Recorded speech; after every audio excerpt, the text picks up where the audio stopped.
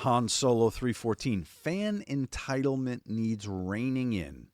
I get it as a fan. I'd love to see Taker, Kev, Shawn Michaels, Triple H, etc. have another match. But out of respect for everything you've all given us, I'd rather you all be able to enjoy your lives relatively pain-free. A little late for that. And have that time you sacrificed on the road with your families. You've more than earned it. Respect is rare these days.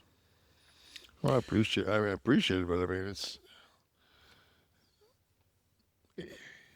I don't think anybody really understands. Like, I look at AJ, and I know that AJ has been doing this a long time, and he's not 50 yet. And I'm thinking, he's compact.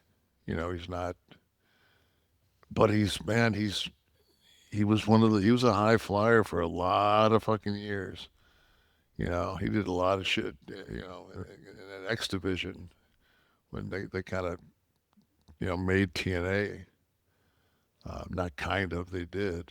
Uh, and you look at the amount of bumps that he's taken, and it's like, I, I, I can't even, I was fucked up before I got into the business. My knee and shit was fucked up. So I got into the business fucked up. But um, yeah, everybody's like, well, I think she's gonna leave and then maybe go do fucking.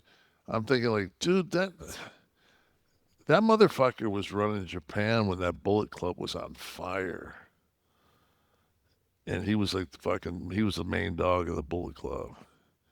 He had, Yeah, he could just be done, right? yeah, especially I mean, I know AJ pretty well, and he's not some flamboyant motherfucker. I'll guarantee he still lives in Gainesville, Georgia, just in a nicer house with more property. Kev, we were talking a little bit before we went on the air about some of those wrestler deaths, like Rude and Davy Boy and stuff. And I asked you, kind of thinking in terms of the drug taking aspect. I said, when do you think that bell curve ended and wrestler longevity increased? But you didn't go that route. You said, you could say it. Well, I said I'm quite sure when they start going from town to town in their own private buses for the 3 shows they did a year. You don't hear enough. Everyone talks about all the grind. Oh, we did 300 days a year. Everyone knows, all the fans know that the schedule is rough. But what I think gets lost, and it's poignant to talk about here since you mentioned AJ, the toll, the toll that the physical work, forget about drugs, partying, pills, all that stuff. Put that aside. What the trauma that your body goes through working, but then never being able to have time to heal because you're cramped in a plane and you're 6'10", But you're and not you you're need, not that's the one thing or that in a people. car. All right, in a Yeah, car in you're in a your time, right? car. You're in a Yeah, car, man. And you, substandard hotels. not only do you have to fucking work every night, you have to work out every day. You get up and go to the gym. And then you fucking go through the day, and then you fucking go out and put 20, 25 minutes on that Yoko ring. Right.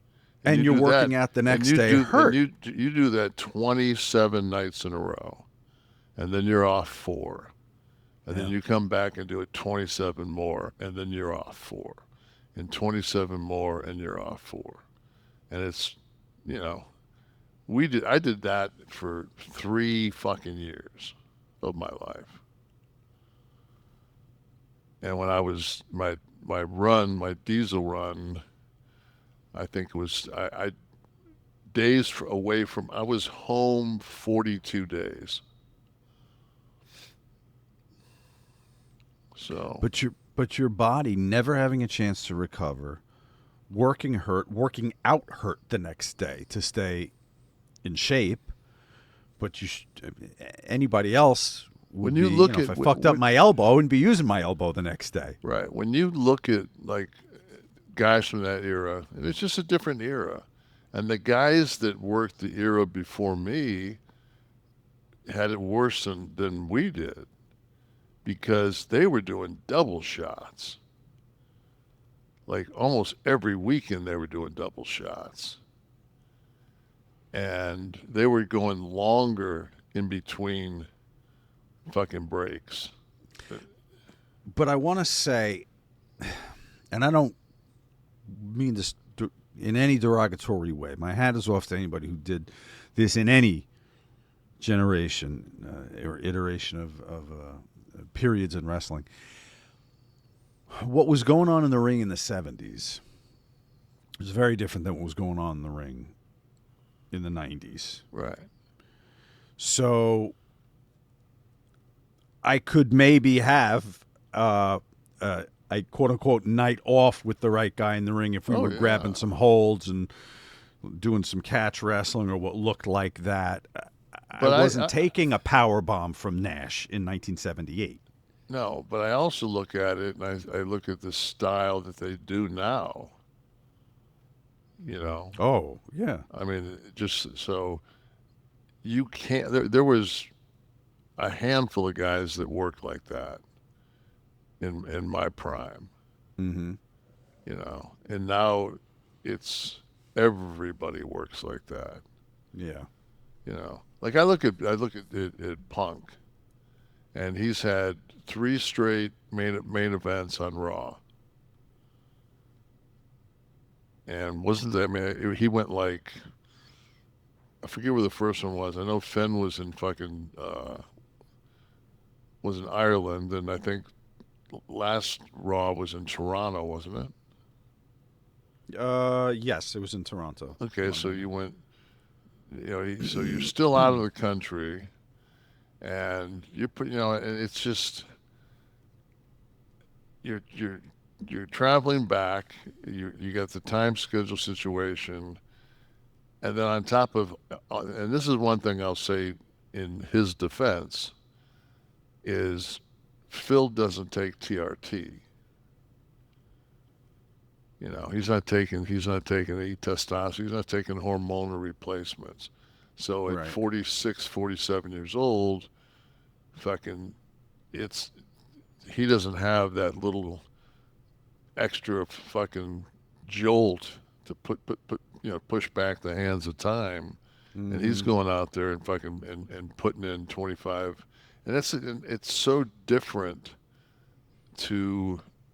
You can work a packed house, with 14, 15,000 people, and bust your ass in the main event, but when you're on fucking, when it's televised, when that red light's on, you know, we were the first group to do 12 pay-per-views, pay-per-view a month.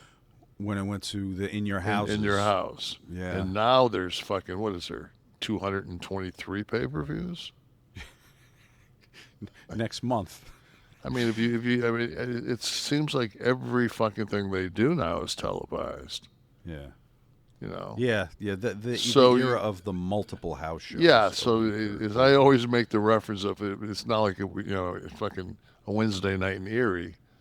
Like there's not those anymore. Yeah. You know, like I did see Punk when he did the double T-shirt thing in Fort Myers. It looked like it was a fun. And I used to love, Ronnie Steele. Do you ever have a one-on-one with Stone Cold? Oh, did you ever have a one-on-one with Stone Cold? Wrestling match? I assume.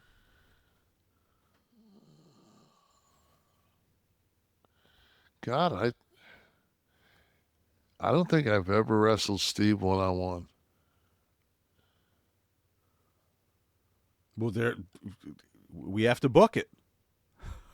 Yeah, well, I think fucking Steve right now is just saying, Kev, hold your breath. And I'm You saying guys can do it on your. I'm saying to Steve, hold your breath. You guys could do it on your 2K, your WWE 2K. Yeah, we can do it on that.